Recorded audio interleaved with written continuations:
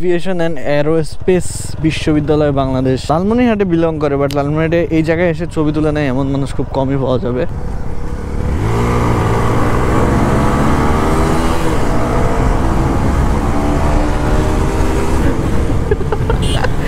আড়াইশো সিসি নিয়ে 150 সিসির সাথে লাগতে আসে ভাই, লজ্জা লজ্জা। বিসমিল্লাহির রহমানির রহিম। আসসালামু আলাইকুম everyone, welcome to my Facebook page and my YouTube channel.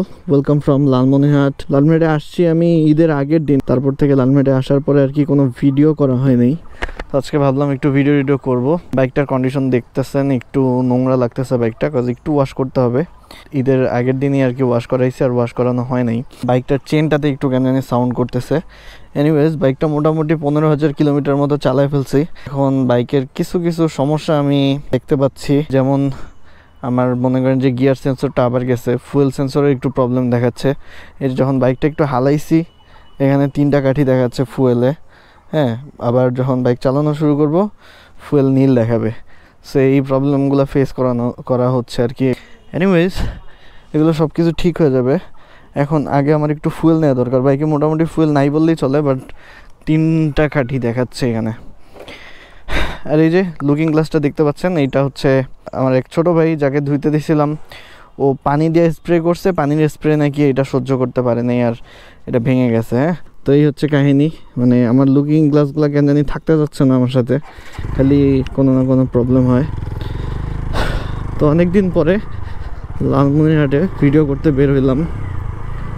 মাঝখানে 2-3 দিন একটু অসুস্থ ছিলাম। আর এটা হচ্ছে আমাদের শেখ রাসেল পার্কের পিছনটা। শেখ রাসেল পার্ক বললে মানুষ চেনে, তাই বলা হচ্ছে। নাম খুব সম্ভবত চেঞ্জ হয়ে গেছে।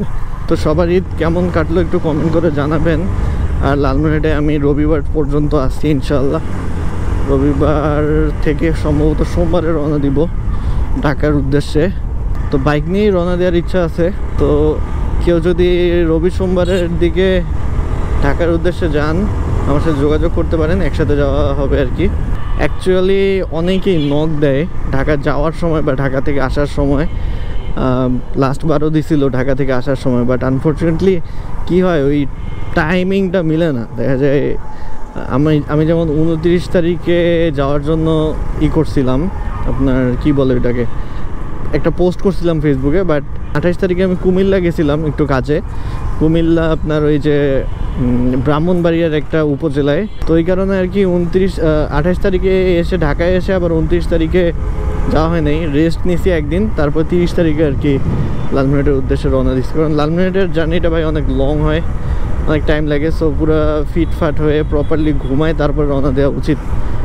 আর এমনিতে অসুস্থ শরীর নিয়ে রওনা দেওয়া উচিত না, মানে টায়ার্ড শরীর নিয়ে বিশেষ করে। তো এই কারণে আর কি এখন যাবো একটু এয়ারপোর্টের দিকে। ওইখানে একটা ফুয়েল পাম্প থেকে আমি রেগুলার ফুয়েল নেই, ওইখানে ফুয়েল নিব। তার আগে একটু আমি ফ্রেশ জুস খাবো। চাচা এক গ্লাস বানান তো, এটা ঠান্ডা হবে। একটু ধুইয়া দেন গ্লাসটা, ভালোভাবে ধুন। ভালোই গরম পড়ছে লালমনিরহাটে। হ্যাঁ, গেঞ্জি না আপাতত লাগবে না ভাই। সো এটা খাবো। এটা হচ্ছে আপনার ফ্রেশ কুশারের জুসটা অনেক ফ্রেশ ছিল আলহামদুলিল্লাহ। এই যে পাম্পে চলে আসছি, এখান থেকে এখন আমি নেব ফুয়েল। দেন হচ্ছে আমরা যাব সেই ভার্সিটি রোডে। এখনই একটা ঘটনা ঘটতে ধরছিল। এক ভদ্রলোক গাড়িতে তেল নিচ্ছে, উনি গাড়ি ঘুরাচ্ছে এদিক দিয়ে, আর আমি ঢুকাই দিছি, আর উনি তাকাইছিল ওই পাশে। একটু হলে আমাকে লাগাই দিত। আর এই তো লালমনিরহাটের এখন সব থেকে ফেমাস রোডে চলে আসছি। মানে বাইকাররা বাইক নিয়ে বের হইলে এই রোডে আসবেই মোটামুটি। যে একটু 1 কিলো হবে না, হাফ কিলোর মতো রোড। কিন্তু এটা হচ্ছে এভিয়েশন ইউনিভার্সিটি, আমাদের এয়ারপোর্ট রানওয়ে। মানে যে এয়ারপোর্টটা চালু করার ব্যাপারে কথাবার্তা চলতেছে, মানে খুব কন্ট্রোভার্সি চলতেছে যেটা নিয়ে, সেটা জাস্ট এতটুকু পার হইলেই দেখা যাচ্ছে রানওয়েটা এখান থেকে। বাট আমি আপনাদেরকে ঢুকেই দেখাইতে পারতাম। এখানে এখন সাধারণ মানুষের অ্যাক্সেস নেই, আর ভিডিও করা তো পুরোপুরি রেস্ট্রিক্টেড। অথচ আমরা এখানে এসে আগে কত রকমের ছবি তুলতে, বাট এখন এটা রেস্ট্রিক্টেড এরিয়া।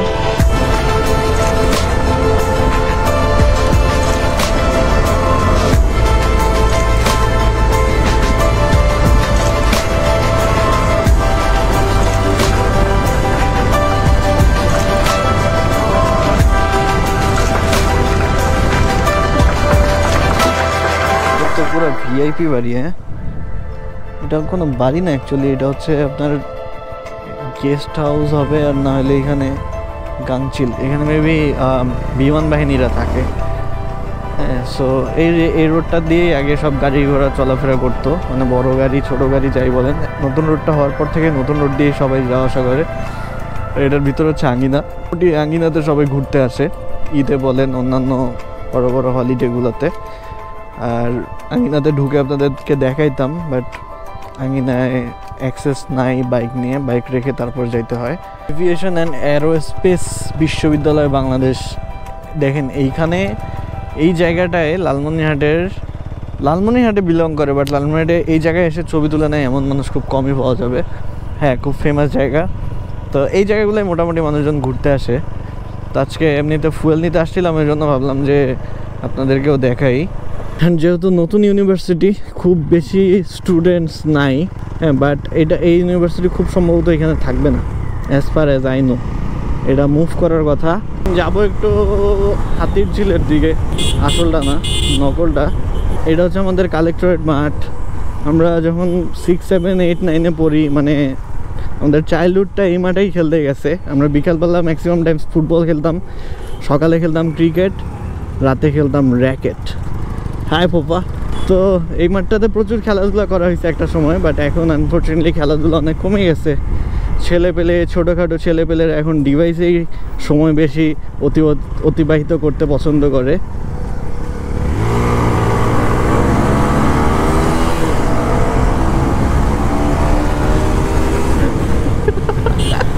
আড়াইশো সিসি নিয়ে 150 সিসির সাথে লাগতে আসে ভাই, লজ্জা লজ্জা। বুবলু, তুই 250 সিসি দিয়ে 150 সিসির সাথে লাগতে আসিস? লজ্জা লজ্জা, সেম সেম।